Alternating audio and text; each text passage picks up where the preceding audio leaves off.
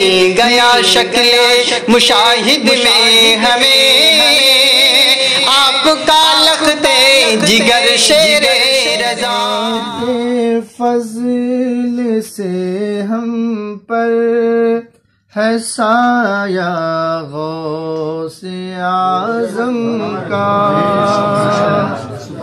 خدا کے فضل سے ہم پر ہے سایہ غوث اعظم کا، خدا کے فضل سے ہم پر ہے سایہ غوث اعظم کا، خدا کے فضل سے ہم پر ہے سایہ غوث اعظم کا، خدا کے فضل سے ہم پر ہے سایہ غوث اعظم کا، ہمیں دونوں جہاں میں ہے سہارا غوث اعظم کا، ہمیں دونوں جہاں میں ہے سہارا غوث اعظم کا، ہمیں دونوں جہاں میں ہے سہارا غوث اعظم کا، ہماری لاج کس کے ہاتھ ہے بغداد والے کے، ہماری لاج کس کے ہاتھ ہے بغداد والے کے، مصیبت ٹال دینا کام کس کا غوث اعظم کا، مصیبت ٹال دینا کام کس کا غوث اعظم کا، ہمیں دونوں جہاں میں ہے سہارا غوث اعظم کا، مریدی لا تخف کہہ کر تسلی دی غلاموں کو،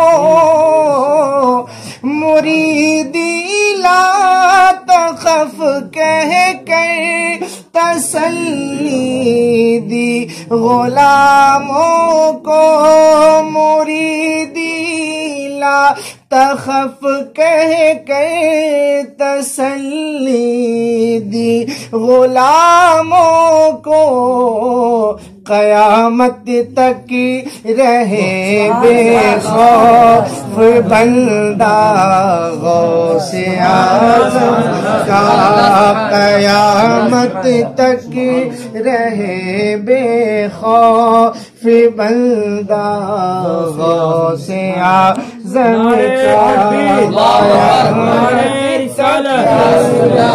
غوث الورا نعرہ تکبیر نعرہ رسالت، غوث اعظم کا قیامت تک رہے بے خوف بندہ غوث اعظم کا، ہماری لاج کس کے ہاتھ ہے بغداد والے کے، ہماری لاج کس کے ہاتھ ہے بغدادی والے کے مصیبت ٹال دینا کام کس کا، غوث اعظم کا مصیبت ٹال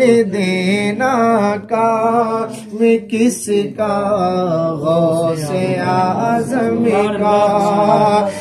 جمیل قادری سو جان سے قربان مرشد پہ، جمیل قادری سو جان سے قربان مرشد پہ، جمیل قادری سو جان سے قربان مرشد پہ،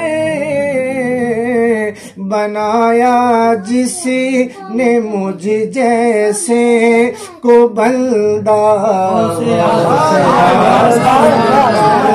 بنایا جس نے مجھ جیسے کو بندہ، غوث اعظم کا۔ کیا کہنے میرے آقا امام الاولیاء کی، کوئی شان کیا بیان کریں، وقت کم پڑ جائے شان بیان نہیں کی جا سکتی۔ آپ امام الاولیاء ہیں، اشرف الاولیاء ہیں، افضل الاولیاء ہیں۔ علامہ عبدالحق محدث دہلوی فرماتے ہیں جس طرح نبیوں میں ہمارے نبی کا کوئی مثال نہیں، ہمارے نبی کا کوئی جواب نہیں، ہمارے نبی کی کوئی مثال نہیں، ہمارے نبی نبیوں میں بے مثال کی حیثیت سے ہیں، اسی طرح ولیوں میں غوث اعظم کا مقام ہے۔ کیا مقام بلند ہے میرے آقا غوث اعظم کا، کیا کہنے، سبحان اللہ۔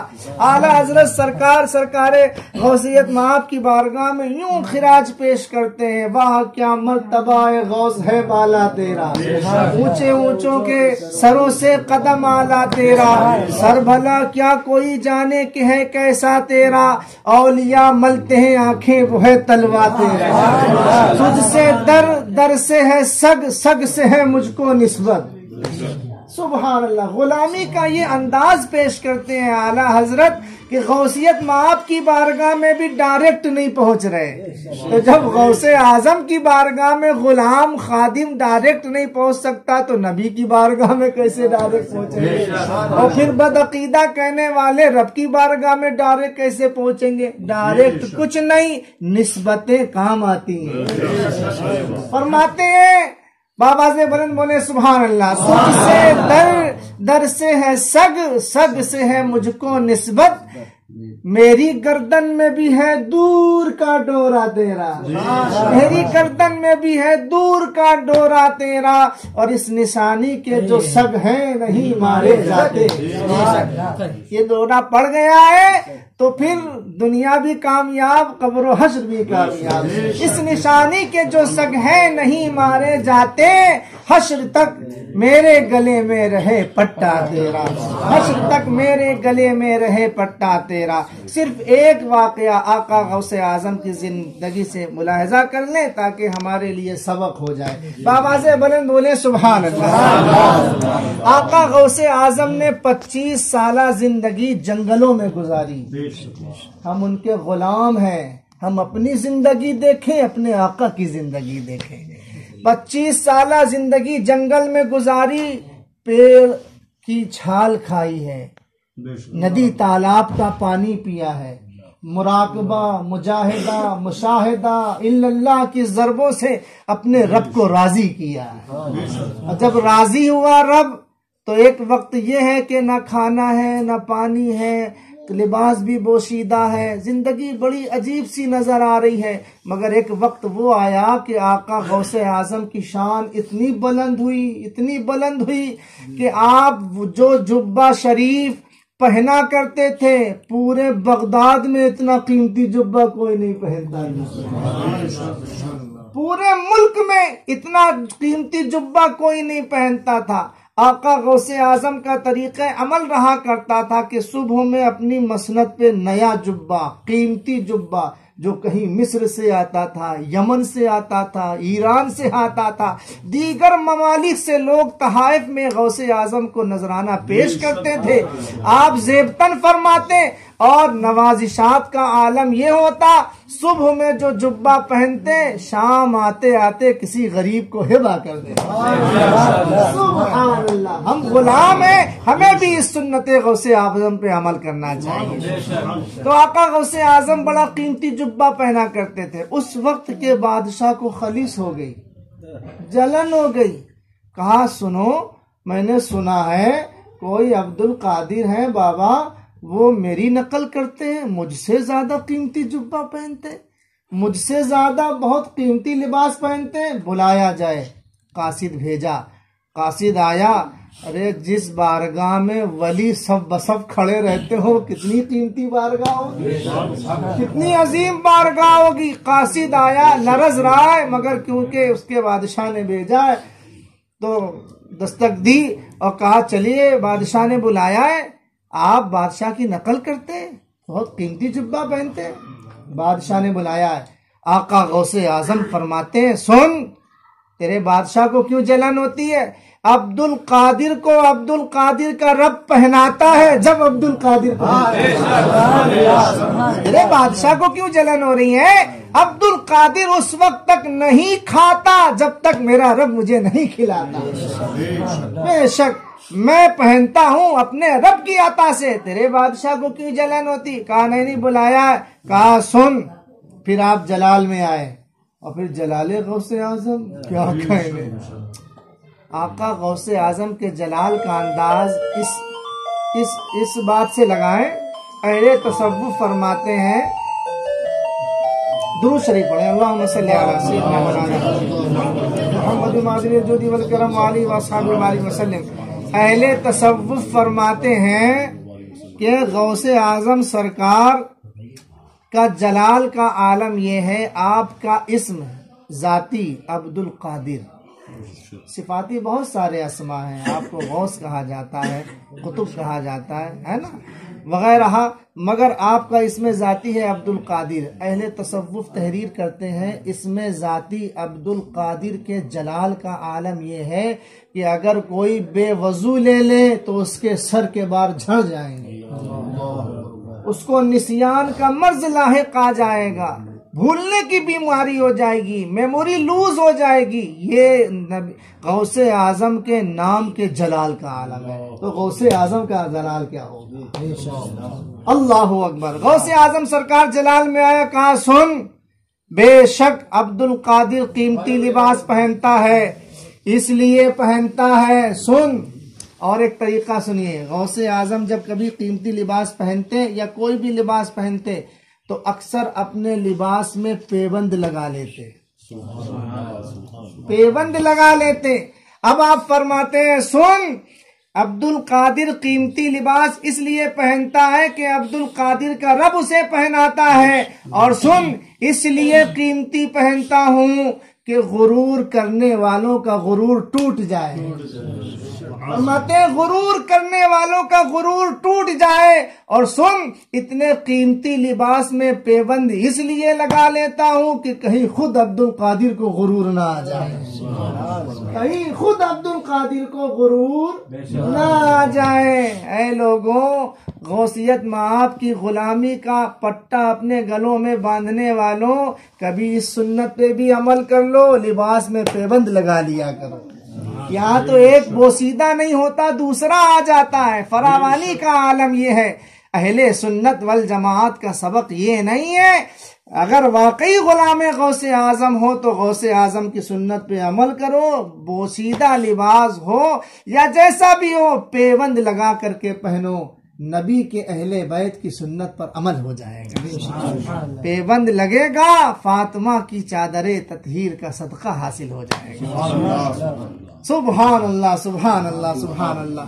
تو یہ جو واقعہ آپ نے سنا، اس سے عبرت یہ حاصل ہوتی ہے، اللہ بہت دے، استعمال کرو، اس کا شکر ادا کرو، اس کی نعمتوں کو۔ دیکھیے استعمال کرنے میں بخیلی نہیں، اللہ نے دیا ہے آپ استعمال کریے۔ حدیث بخاری ہے، اللہ کے نبی نے فرمایا کہ تمہارا جو مال ہے یہ تمہارے لیے 3 موقع پر کام آتا، چوتھا کوئی موقع ہے ہی نہیں جو تمہارا مال تمہارے لیے کام آ جائے۔ اللہ کے نبی نے فرمایا وہ کون کون سے ذرائع ہیں؟ ایک یہ کہ جو تم نے کھا کر ہضم کر دیا۔ بڑا عظیم پیغام نبی کی حدیث کی روشنی میں نبی نے فرمایا ایک اس لیے تمہیں کام آ گیا تمہارا مال جو تم نے کھا کر ہضم کر دیا، تمہاری صحت بن گئی، تمہارا جسم بن گیا، تمہارے کام آ گیا۔ پھر فرماتے ہیں دوسرا طریقہ یہ جو تم نے پہن کر پرانا کر دیا، تمہارے جسم کی زیب و زینت ہو گئی، تمہارے کام آ گیا۔ کہا ان 2 کاموں کے بعد صرف ایک ذریعہ ہے، جتنا بچے سب اللہ کی راہ میں خیرات کر دو۔ یہ کب کام آئے گا؟ زندگی ختم ہوگی قبر میں یہی کام آئے گا، حشر میں اٹھائے جاؤ گے حشر میں یہی مال کام آئے گا۔ فرماتے ان 3 ذریعوں کے علاوہ چوتھا کوئی ذریعہ ہے ہی نہیں ہو تو بتاؤ۔